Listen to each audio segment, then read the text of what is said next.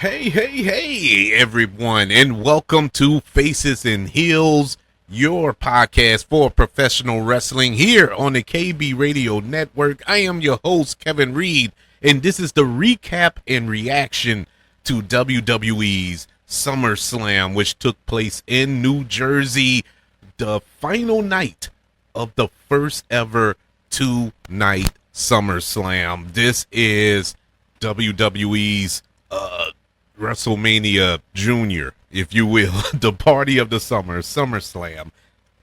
Night two, coming off the heels of night one, where we got an epic cash in by Seth Rollins on CM Punk after he won the World Heavyweight Championship for 5 minutes and lose it due to a cash in to Seth Rollins. Nonetheless, a beautiful way to end night one. Can night two live up to what night one gave us? I thought night one was pretty decent. You know, it wasn't the greatest of all time, but they had some really good matches. Some were surprisingly good. Some were just decent. None that I would consider horrible matches. I just would have preferred to see them on Friday night SmackDown or Raw on Netflix or something like that. But for the most part, I was thoroughly entertained by night one. Night two, we have 6 matches on the card. Starting off with Naomi versus Rhea Ripley and Io Sky in a triple threat match for the Women's World Championship. We had a no disqualification match for the Women's Intercontinental Championship between Becky Lynch and Laura Valkyria. A steel cage match for the WWE United States Championship with Solo Sikoa and Jacob Fatu. A men's Intercontinental Championship match with Dominic Mysterio and AJ Styles, as well as a 6-pack tables, ladders, and chairs match for the WWE Tag Team Championship. The Wyatt Six, Andrade and Ray Phoenix, DIY, Fraxium, Motor City Machine Guns, and the Street Profits were a part of that match. And in the main event, the street fight for the undisputed WWE Championship between John Cena and Cody Rhodes. We kick off night two with the triple threat match for the Women's World Championship between Io Sky, Rhea Ripley, and the champion Naomi, who we know cashed in her Money in the Bank championship at Evolution against these two women, where she won the championship. So we get the rubber match, I guess, or the rematch, with a official triple threat match between these 3 women. And this was the opening, and we know that the opening sets the tone for the remainder of the show. This was a good match. This was very good. I was expecting more of a banger of a match, but to be fair to these 3 women, I was comparing it to the triple threat match at WrestleMania with Rhea Ripley, Io Sky, and Bianca Belair. And so that's what I had in my mind as a template, as an outline for this match. And that wasn't fair. That really wasn't fair. That was Mania. That was a different atmosphere, a different build to that match. This match, with the build, with these 3 participants in their styles, and you still have the story lingering on that Rhea Ripley has yet to defeat Io Sky throughout her 4 or 5 years of dominance. She has not defeated Io Sky, and the one time that she came close one-on-one was at Evolution, and that was ruined by Naomi. So that leads us to this. This match was good. It was kind of emotional to see Naomi's father in the beginning, the one playing the guitar for her intro music. That was an emotional touch. At that moment, I knew Naomi was winning. And to be honest with you, Naomi needed to win this match. That's the right call, because she just won it. You know, you don't want to have this flip-flop of championship every month, it feels like. You know, you want, especially a heel like Naomi, you want her to have a healthy reign with the title.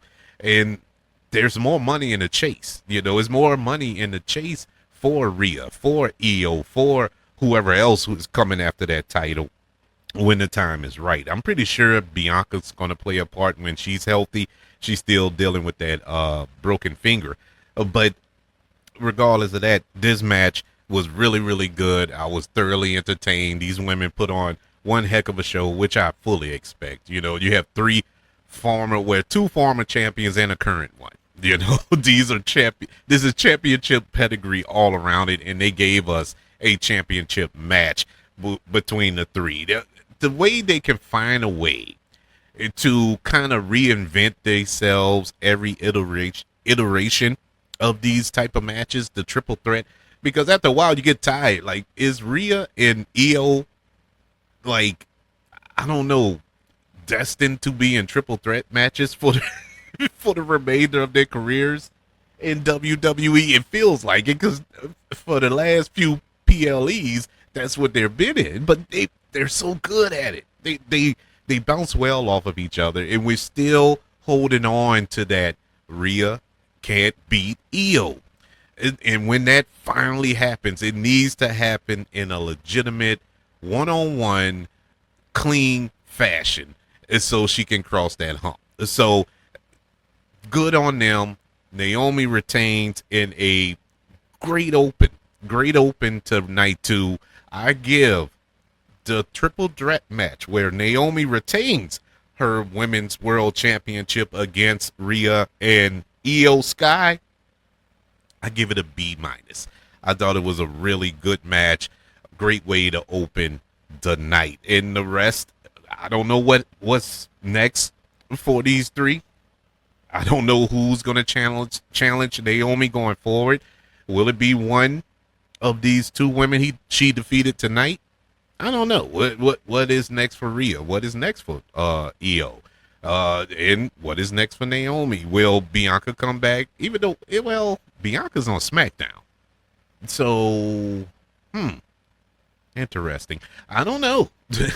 I don't know. But we'll see in the coming weeks or months or whatever. But I do. No. I do know who Naomi have. Naomi will have to go up against Stephanie Vaquer, right? Yeah, it's Stephanie Vaquer. She won that Battle Royal at Evolution to face her in the next PLE. I think Clash in Paris. So, yeah, that's next for Naomi. That ought to be good. Ooh, I just got super excited all of a sudden. Yeah, that ought to be good. So we know what's next for Naomi. But we'll have to wait and see what's next for Rhea Ripley and Io Sky. We move on to our second match of the night, and it was the 6-pack tables, ladders, and chairs match for the WWE Tag Team Championship, where the champions, the Wyatt Six, take on Andrade and Rey Fenix, DIY, Fraxium, Motor City Machine Guns, and the Street Profits. Initially, I felt this was too much for a TLC match. There 6 teams. 6 teams. I remember when it's 2 is a lot, but when it was 3 teams back in the day, I think the first one was the Dudleys and the Hardys and Edge and Christian, right? So that was a lot going on there, but those 3 are Hall of Famers, all 3 teams. But 6, that's a lot going on. And you add furniture into the mix. Yeah, I wasn't 100% with this match, but what's the worst can happen at this point? Man, they all came out, and this is basically the entire SmackDown tag team division. These 6 teams, the entire division is in this match. I was shocked. I mean, this was a heck of a match, man. I mean, a train wreck.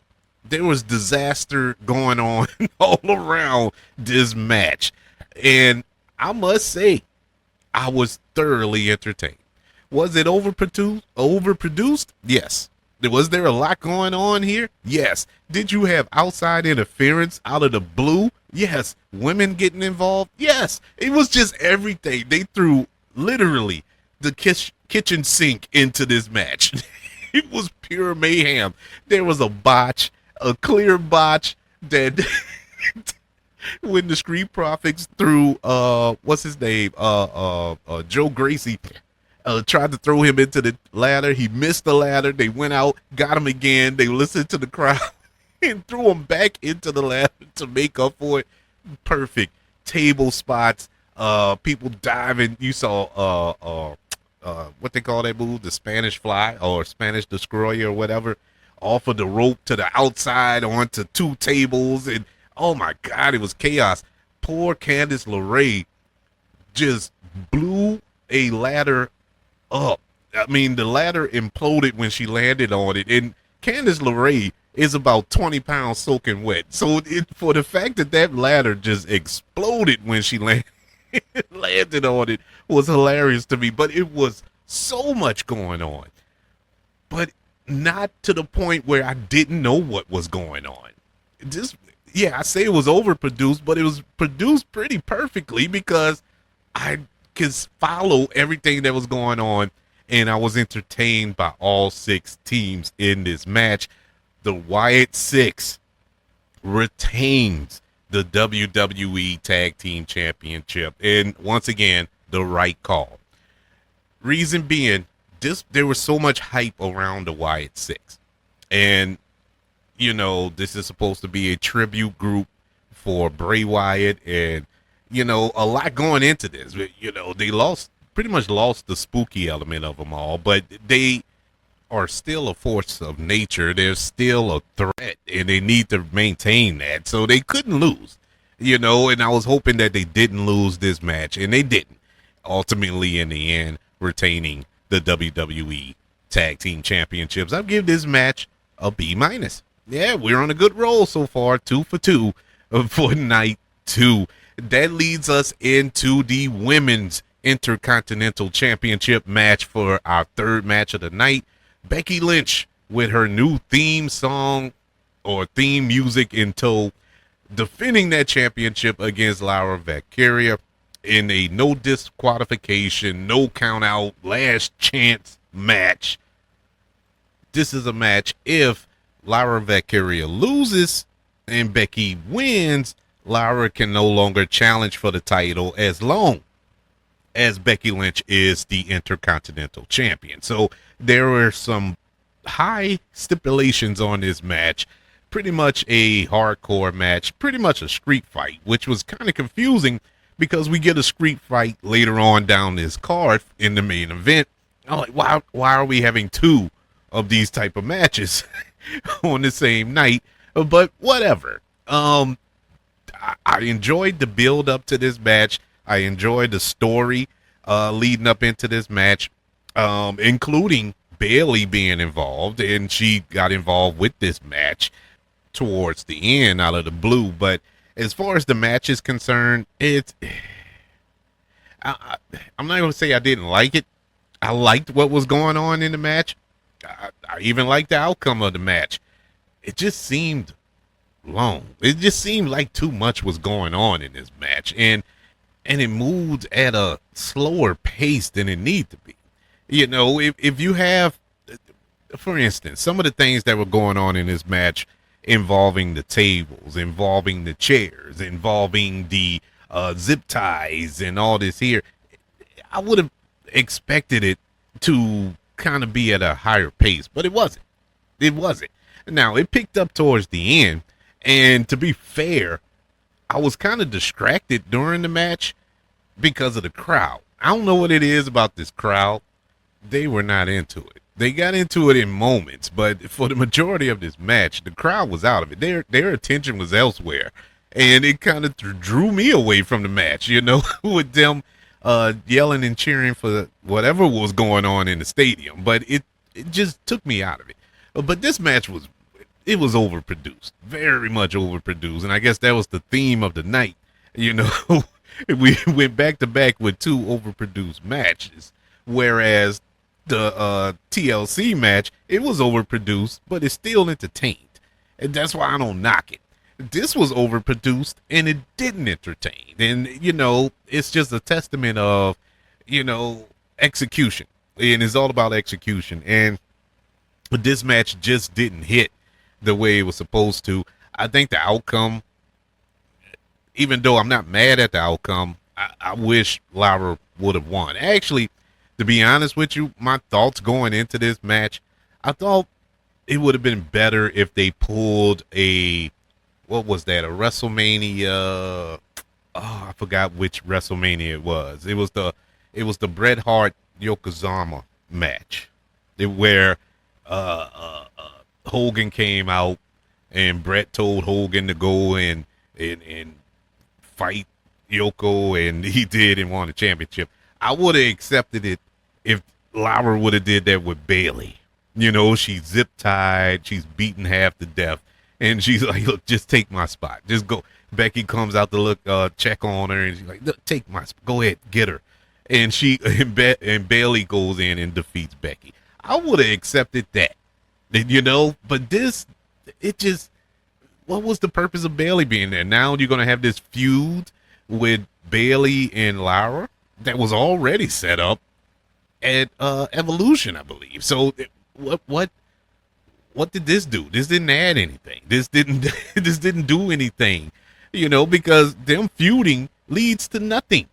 Because Lara cannot challenge for the Intercontinental Championship no longer. So she's kind of dead in the water at this point. Bayley, I guess she's going to feud with Becky. But where does that leave Lara? And Lara, I mean, they had her. One of my biggest knocks, along with the many on this match, was that they had Lara like she was just unstoppable. She was a beast, man. She was the female Brock Lesnar. No matter what you did to her, she was going to get out of it. I mean, they did everything. Becky did everything to her. Hit her with everything. Hit her, ran her into the exposed turnbuckle face first. Manhandle slammed her through 2 tables, covered her, and she kicked out. Wrapped her up in a chair, stomped on it. She got out of it.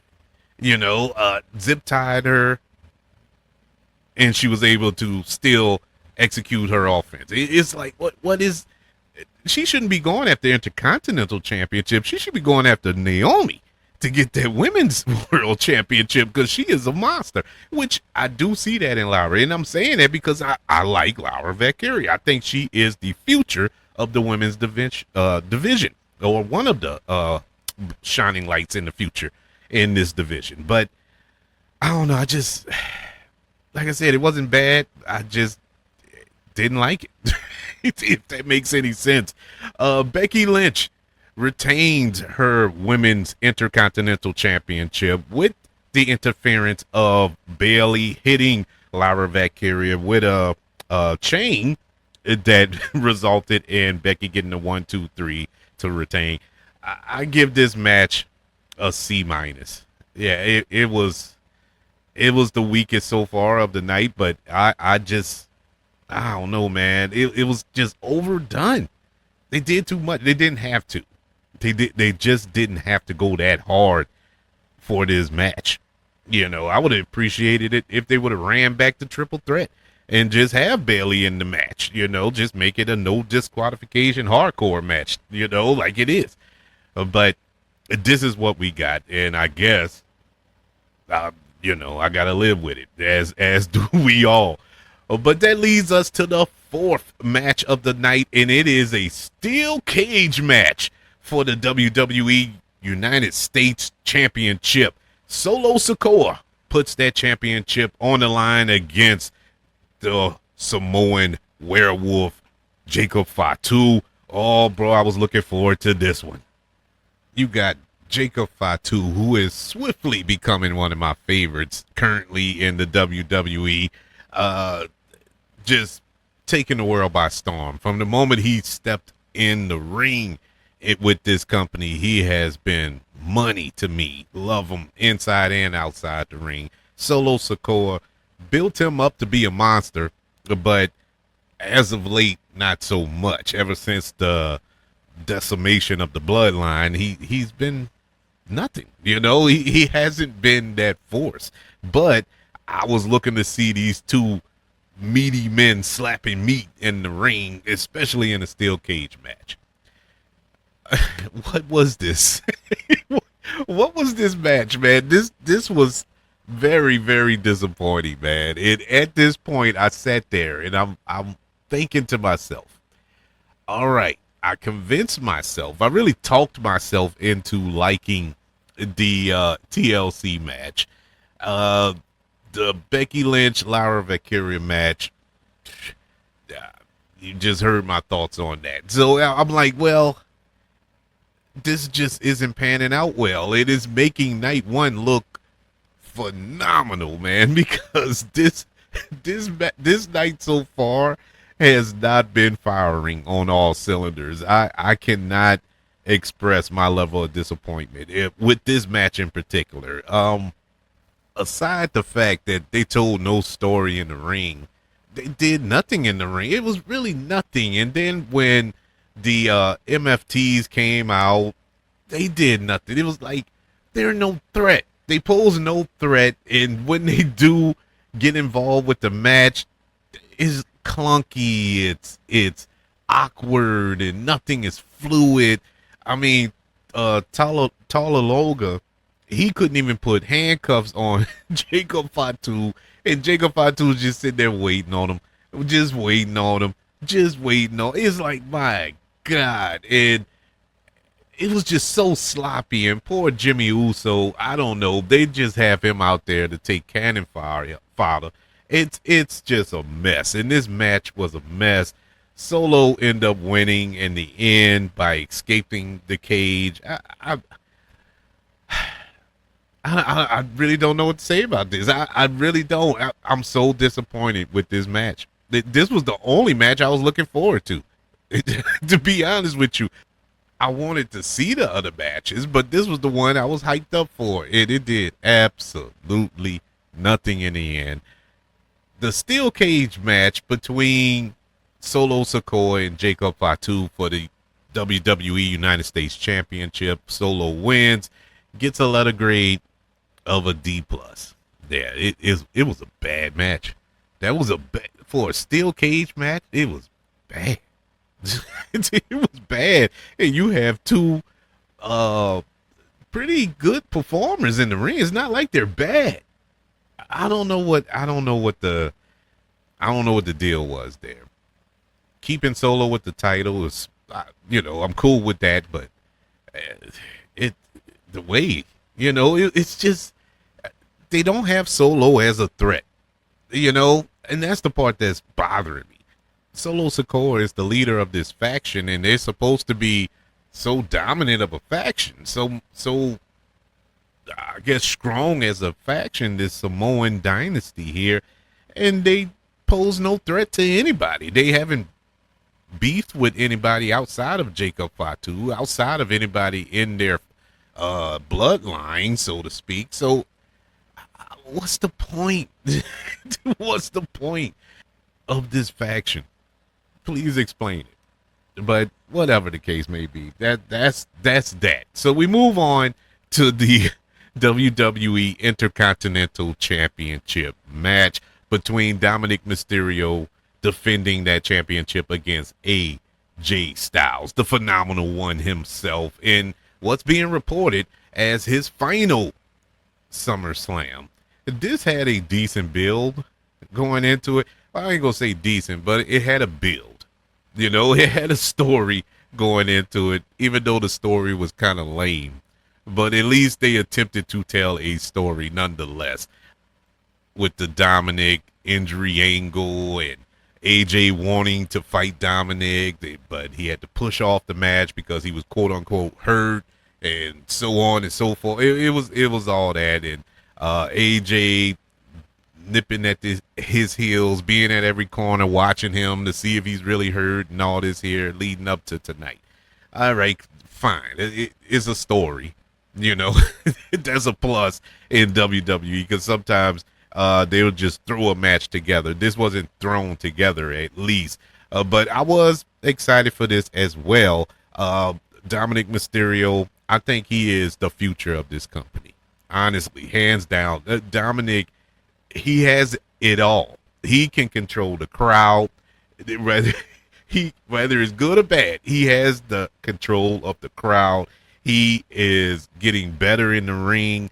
He's just doing everything right, man. He's doing everything right, loving everything that Dominic is throwing at me, man. And AJ Styles, he's a legend, man. He's an icon. He's a future Hall of Famer. What more can you say about that young man? This match was fine. This was an all right match. This could have been on Raw, and I would have been just as satisfied. This was not a SummerSlam level match. And to be honest with you, what is SummerSlam level? Maybe I'm putting too much expectation on these performers. I'm expecting grandioso performances, pulling everything out of your hat. I don't know, man, but it's just average. These are some average matches that we got on this card, in my humble opinion, up to this point. I was just unamused by this match. It was fine. I actually have nothing to say about this match, good or bad. It was pretty much what I expected. From opening bell to final bell, it was everything I expected. AJ got the upper hand to start off. There were shenanigans on the hands of Dominic. Kind of cheated to win. We got a Eddie Guerrero homage. And at the end, Dominic Mysterio retains his championship. It was nothing that caught me off guard. Nothing shocking. These two gave me exactly what I thought they would give me. And that was that. And so, with that being said, Dominic Mysterio retains the Intercontinental Championship by defeating AJ Styles. It gets a C. Yeah, it was average. It was what it was. Nothing more, nothing less. And so we move on to the main event of the night, the main event of the weekend, the street fight for the undisputed WWE Championship. The rematch, if you will, from WrestleMania. John Cena defending the title against Cody Rhodes. Can this match save this SummerSlam that was trending downward? I mean, in a epic way. It was going down faster than the Titanic up to this point. And quite honestly, at this point, I was talking to myself, of course, and I was like, WWE kind of telegraphed how this match was going to end. There were 6 matches tonight. 6. All 6 of them were championship matches. The first 5, we didn't get a title change. All of the incumbents won. Everybody retained their championship. And I was saying to myself, there's no way everybody is going to leave with their respective championships. Now, everybody retained up to this point, so I was like, okay, Cody Rhodes is going to win. Now, the only question was Cody Rhodes going to turn heel?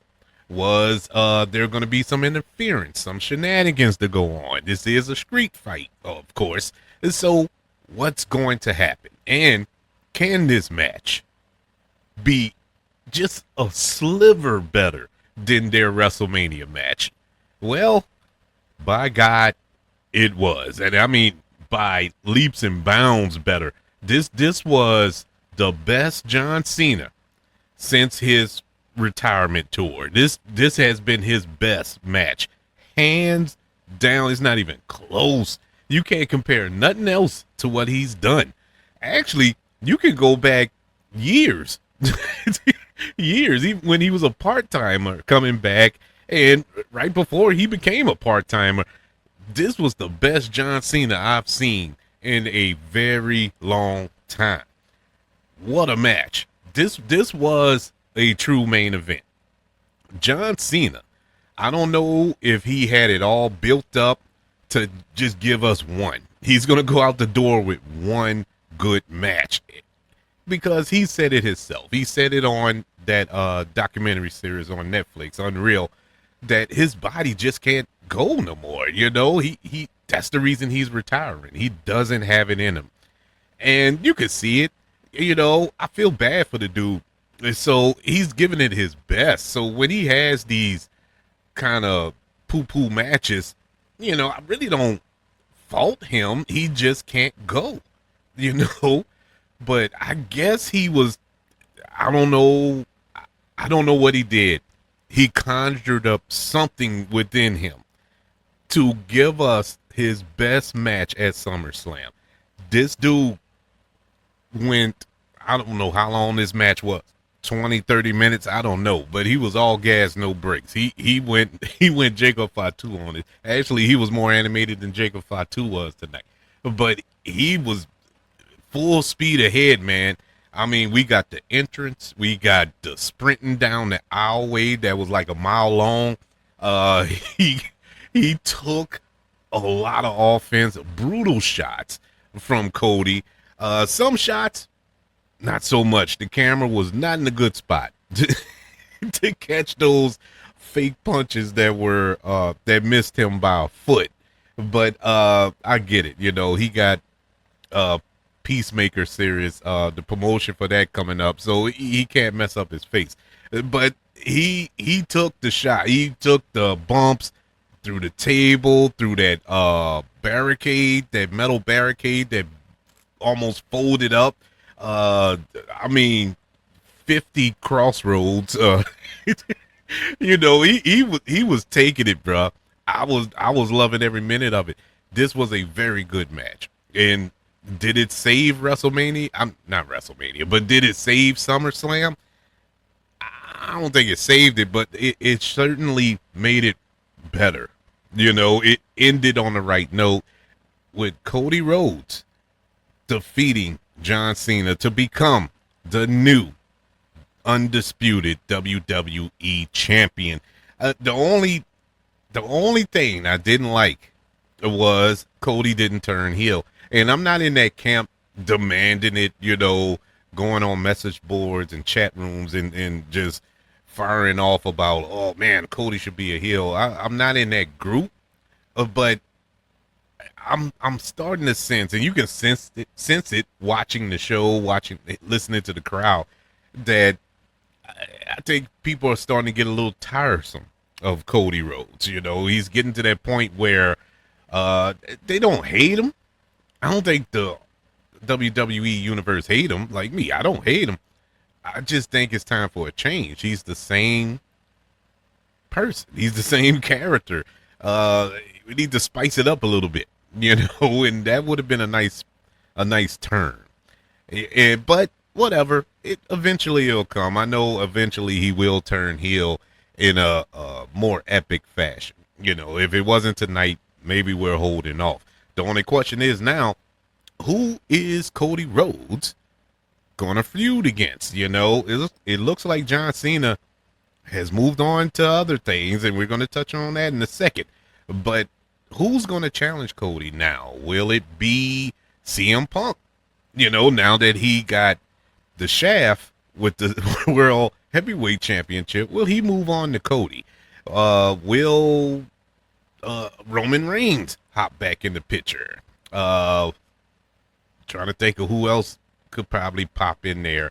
It could be someone unknown. I don't know, LA Knight. That would be interesting, even though I don't think LA Knight will win that feud, but it'll be interesting. Something new, something fresh, you know, other than something that we've done time and time again. But what would be fresh would be CM Punk. You know, CM Punk and Cody. That's something that we haven't really gotten. We haven't really gotten them since their return to WWE. So that would be a nice feud leading into, I guess, WrestleMania season, possibly. If they want to pull the trigger sooner, that's fine, you know, for Survivor Series and whatnot. We'll see. We'll see. But John Cena, he is the MVP tonight. He's the GOAT. And, man, you want to talk about shock? I was saying that, you know, night one, we got a surprise. Night 2, up to this point, we haven't gotten any surprises. There were no surprise returns. Normally, SummerSlam give us one. You know, we've gotten the return of Roman Reigns on SummerSlam. We got introduction to Damage Control one year. We got the return of Becky Lynch one year. We got the return of Brock Lesnar one year. We got the return of John Cena one year at SummerSlam. So who can come in? I was thinking The Rock internally, but I wasn't really excited about that pick. The last name, and I mean the absolute last name to run across my mind, actually showed up. Brock Lesnar. I was shocked. It's rare that I get shocked watching wrestling. Being as though I've been watching it for well over 40 years. It's kind of hard to trick me. It's kind of hard to surprise me. But my God, WWE did it. They actually pulled it off.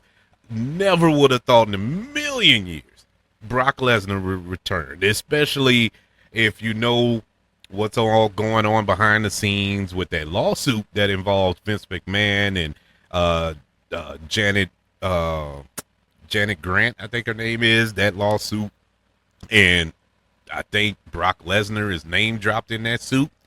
And so WWE and TKO kind of pushed him to the side. They never really fired him or got rid of him, but kind of just go away. You don't go away until all this settled.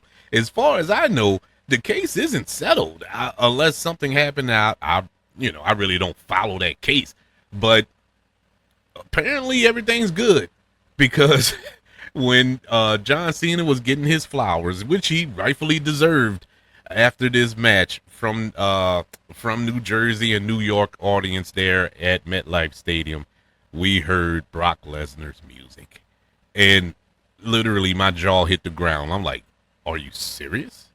Are you serious? He's back? And that makes so much sense. We can't have John Cena. We only have 4 months left in this run, which Michael Cole constantly reminded us throughout the night. 4 months left. John Cena has fought Cody Rhodes. He's fought one of his other rivals in Randy Orton. He's fought one of the biggest rivals he had in CM Punk. But his biggest rival was Brock Lesnar. And if he was going to go out without giving us a Brock Lesnar match one last time, it would have sucked. It really would have sucked. And I would be completely honest with you, that thought never ran across my mind until Brock Lesnar made his way down the ramp. And it really dawned on me, this is the only way. This is the only way John Cena can ride off into the sunset. We got to get this one more time. This is where Suplex City was born, with Brock Lesnar and John Cena. We got to run this back one more time before he rides off into the sunset. So it all makes sense. All that other stuff behind the scenes with lawsuits and all this here, okay, that's going to take care of itself. But as far as the sports entertainment of it all, yes, I want this. I need this. It didn't think I needed this until it happened. Crazy enough. And so I am super satisfied with the ending of this PLE. I give the street fight match between John Cena and Cody Rhodes for the undisputed WWE championship, where Cody Rhodes becomes a 2-time champion. I give that match an A. That was an incredible match from these two performers. And I'm not giving it a curve because it was John Cena or not. This was an incredible match. Awesome match. But it still doesn't take the sting away from the fact that this was a horrible, horrible night 2. This was not a good pay-per-view. Night 1 was great.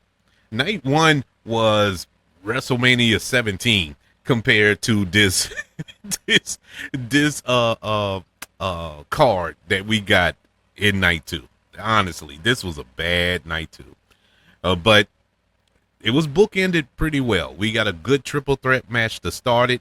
We got an excellent main event to wrap it all up. So that's it for SummerSlam 2025. We have had an epic cash-in with Seth Rollins. We had a pretty doggone good celebrity match with Jelly Roll and Logan Paul and Drew McIntyre and Randy Orton. Pretty awesome. We had a good tag team match with Roman Reigns and Jey Uso. The triple threat match with Naomi, Rhea Ripley, and Io Sky was decent. It was an all right TLC match. I mean, they had some really good matches spread out over the weekend, but I think it was pretty even kill. You know, out of the 12 matches, well, 13 if you count the cash in. But out of 13 matches, I would say I'll give 8 of them good. 8 of them were good. You know, I wasn't expecting 100% approval rating here, but that's good. That's over 50%. I can accept that. But they need to work on a lot of things. Number one, this tag team division, it's not looking good. This bloodline storyline, or what's left of it, just let it go. Either let it go or try to revitalize it in some way, because what we have now with the MFT, that is horrible. This is a train wreck. The women's division is clearly the best division in this company, and they need to be treated as such. All women's matches were great. You know, the worst one was the Becky Lynch Lyra Valkyria one, but it was still a good match. It just was It do appear that we do have some storylines coming out of this that's a little interesting, so we'll see how that goes. But we also see where there's some question marks for a lot of other talents coming out of SummerSlam. So I don't know. The jury's out. We'll see moving forward. But as it stands right now, this was an overall all right SummerSlam. It was clearly not the best SummerSlam, nowhere near the best SummerSlam or one of the best SummerSlams. It was decent enough to keep me occupied this entire weekend. But I would like to know, what were your thoughts of SummerSlam's first ever 2-night event? Did you enjoy the 2-night format for this particular PLE, or do you think they should go back to 1 night? I don't have a problem with the 2-night, but if you're going to do the 2-night, give me better matches than this. Give me better stories than this. Give me better builds up to this. And you had all these championship matches, and let me give this little rant before we close out. You didn't have a women's United States Championship. Every other championship was defended except the women's United States Championship. I think that's kind of disrespectful, because I look at matches such as the Sami Zayn Karrion Kross match. What was the purpose of that? You could have replaced that with the women's United States Championship match. It was no point of that match being at SummerSlam. You could have did that on Raw. You know it. But whatever. But all the rest were championship matches. So I really can't. Well, that Drew McIntyre Jelly Roll one, but you know that's there to be there. But they still could have squeezed in another match. For example, what match that was? Well, the CM Punk Gunther match, that was 30 minutes long, right? That was a 30-minute match in night 1. They could have shaved off 10 minutes of that match, and it still would have been cool. You know, the tag team match with Jey Uso and Roman Reigns, that was 21 minutes. That didn't have to go 21 minutes. You could have took 5 minutes there. So you're already at 15. So 15 minutes, you could have squeezed out another match. And that's just in night 1. You could have squeezed off that women's United States Championship match. That's just my opinion, you know. But to be fair, it really hasn't gotten to the level as the women's Intercontinental Championship yet. But I don't blame those who have had the title. I blame WWE for not pushing it as well. But my initial question was, what was your favorite match? What was your favorite match of the weekend? Let me know by emailing the show, kbradiopodcast@gmail.com. You can also search for the show on all social media platforms. Just search for the KB Radio Network. Also, YouTube, subscribe to the KB Radio Network channel. Like this video if you don't mind. Don't forget about the 5 stars, the reviews, and sharing this show if you're listening on Apple Podcasts, Spotify, iHeartRadio, wherever you are currently listening to Faces and Heels here on the KB Radio Network. Everybody, thank you for joining me for this recap and reaction to night 2 of WWE's SummerSlam. Catch you in a few weeks when we come back to recap and review Clash in Paris. I think that is the last week of August. So we're right around the corner with that. But until then, y'all be cool. Y'all enjoy all of the Raws and SmackDown in between. Be cool, be blessed, and I'll holler at y'all then. Peace.